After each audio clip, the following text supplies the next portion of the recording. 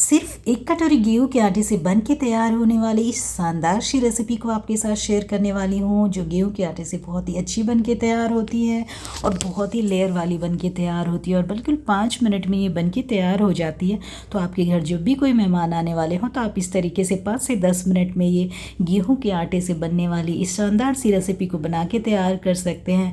आपके मेहमान आपकी तारीफ़ किए बिना नहीं थकेंगे और वो आपसे इसकी रेसिपी ज़रूर पूछेंगे, क्योंकि ये बनती इतनी शानदार है। तो चलिए फिर झटपट से बनके तैयार हो जाने वाली शानदार सी रेसिपी को बना करके तैयार करते हैं। अगर मेरी रेसिपी आपको अच्छी लगती हो तो इसे लाइक, शेयर एंड सब्सक्राइब करना बिल्कुल ना भूलें। और आप सारे लोग कौन कहाँ से देख रहे हैं मुझे कमेंट में ज़रूर बताएंगे। तो चलिए फिर बना के तैयार करते हैं इस शानदार सी रेसिपी को। तो इस रेसिपी को बनाने के लिए सबसे पहले मैंने ले लिया है गेहूं का आटा, उसमें मैंने ऐड कर दिया है घी।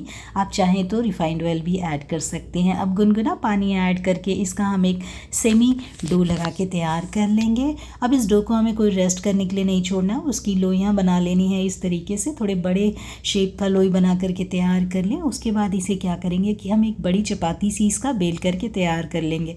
तो इस तरीके से सरफेस पे आटा डस्ट करेंगे, उसके बाद उससे एक बड़ी सी रोटी बना करके हम इस तरीके से तैयार कर लेंगे। तो ये देखिए, इस तरीके से एक बड़ी सी रोटी बना के हमें तैयार करना है। अब इस रोटी के ऊपर हम क्या करेंगे कि या तो घी या फिर बटर आप इस तरीके से अच्छे से स्प्रेड कर दीजिए। इतने अच्छे से स्प्रेड कीजिए कि जब आप इसकी लेयर खोलें ना तो वो बिल्कुल एक एक लेयर अलग निकल करके आए। तो बिल्कुल अच्छे से यहाँ पे स्प्रेड कर दीजिए, घी कर दीजिए या फिर बटर कर दीजिए, जो भी आपके पास हो वो आप कर दीजिए। वो पिघला हुआ नहीं होना चाहिए। तो इस तरीके से जमा हुआ घी या फिर जमा हुआ बटर को आप इस तरीके से अच्छे से फैला लीजिए उसके ऊपर। अब हम ले लेंगे इस तरीके से पिज़्ज़ा कटर। तो ये पिज़्ज़ा कटर ले लिया है मैंने। अब इसकी हमें बिल्कुल पतली पतली लाइन बना लेनी है। तो इस तरीके से पतली पतली लाइन बना करके तैयार कर लीजिए। तो बिल्कुल पतली पतली बनानी है, ताकि जितनी पतली आप बनाएंगे ना उतनी अच्छे से आपके लेयर खुल करके बाहर आएंगे। जब आप इसकी आप रोटियां बनाएंगे तो बिल्कुल अलग अलग लेयर निकल कर आएंगे, वो मैं आपको आगे दिखाऊंगी। तो बस इस तरीके से पिज़्ज़ा कटर की हेल्प लेके इसकी पतली पतली लाइंस बना करके तैयार कर लेना है, जिस तरीके से मैंने तैयार किया है।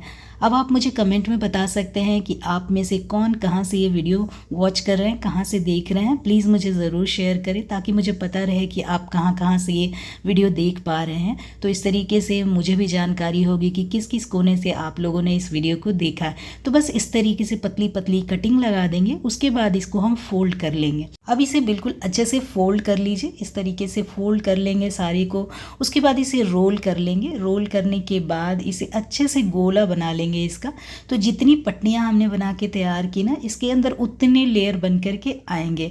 तो बस इस तरीके से ये देखिए, इस तरीके से इसे गोल कर लेना है। तो बस इसे मोड़ते हुए अच्छे से इसे गोल कर लीजिए।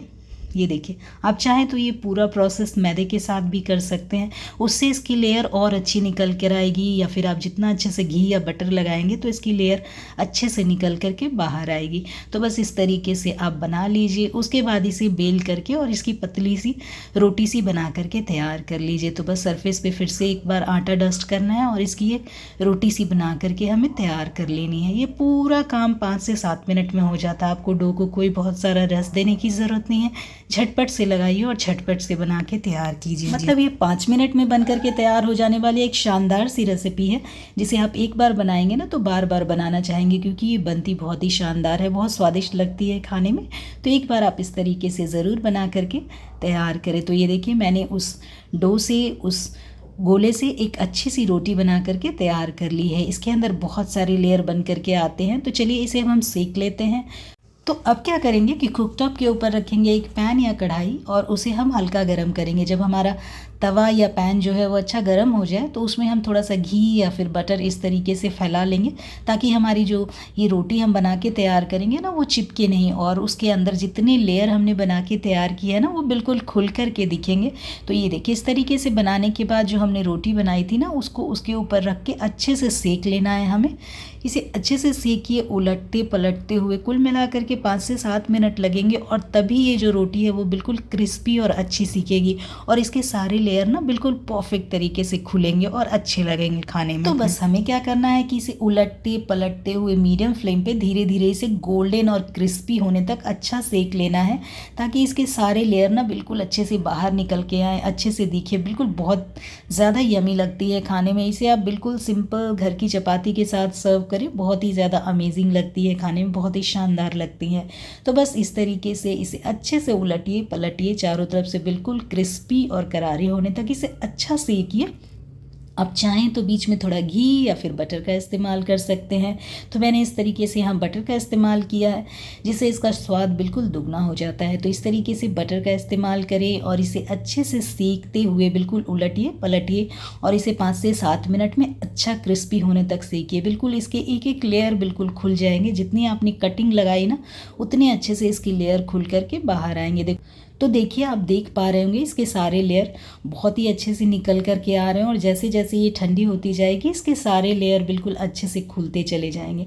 तो बस इसी तरीके से आप अपनी सारी चपाती को अच्छे से सेक लीजिए। जितनी भी आपको बनानी हो उतनी सेक लीजिए। जैसे जैसे आप इसको सेकते जाएंगे, क्रिस्पी और गोल्डन करते जाएंगे, ये बिल्कुल परफेक्ट तरीके से बन करके तैयार होगी। तो बस कुछ इसी तरीके से बना करके तैयार करना है हमें ये सारी रोटियाँ। तो ये देखिए, इस तरीके से मैंने बना करके तैयार कर ली।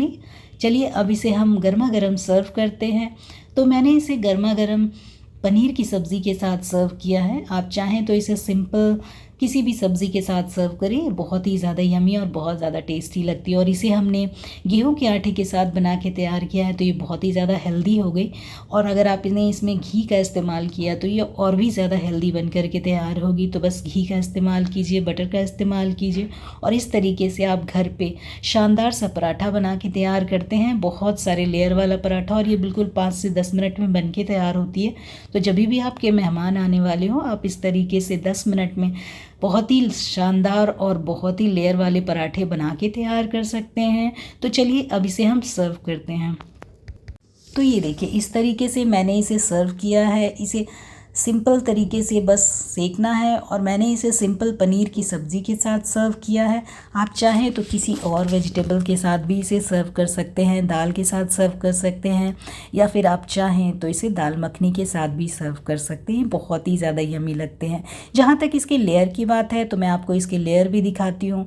इसे जितना आप क्रश करेंगे ना, आप देखेंगे इसके सारे लेयर बिल्कुल अच्छे से खुल करके बाहर आएंगे। तो ये देखिए, इस तरीके से इसे अच्छे से दबाइए, तो आप देख पा रहे होंगे कि इसमें कितने सारे लेयर निकल करके आ रहे हैं। इसके सारे लेयर बिल्कुल क्रिस्पी और यमी और टेस्टी लगते हैं, और बहुत ही ज़्यादा शानदार लगते हैं खाने में। तो ये देखिए, इस तरीके से आप इसे क्रश करें। यह भी बहुत गर्म है, तो आप इसे अच्छे से दबा करके क्रश करेंगे ना, तो आप देखेंगे इसके ढेर सारे लेयर बाहर निकल करके आ रहे हैं। आप देख पा रहे होंगे। तो बस इस तरीके से गेहूं के आटे की ये मज़ेदार सी चपाती आप बना करके तैयार करें, और इसे आप अपने फैमिली एंड फ्रेंड्स के साथ एंजॉय कर सकते हैं। बहुत ही शानदार लगती है, और बहुत सारे इसके लेयर निकल के आते हैं, जो खाने में बहुत ज़्यादा यम्मी, क्रिस्पी और करारे लगते हैं। तो बस इस तरीके से इस शानदार सी चपाती को आप भी बना सकते हैं। ये सिंपल घर में मिलने वाले गेहूं के आटे से बन के तैयार होती है, और बहुत ही शानदार लगती है खाने में। तो इस तरीके से आप भी ये लेयर वाले पराठे बना करके तैयार कीजिए, लेयर वाली रोटी बना के तैयार कीजिए, और उसे घर में मिलने वाले बहुत ही सिंपल सी सब्ज़ी के साथ सर्व कीजिए। आई होप आपको मेरी ये लेयर वाले पराठे की रेसिपी अच्छी लगी हो। अगर अच्छी लगी हो तो इसे लाइक, शेयर एंड सब्सक्राइब करना बिल्कुल ना भूलें। इस तरह के नए नए वीडियो के साथ मैं फिर आती रहूँगी। तब तक के लिए take care and bye bye.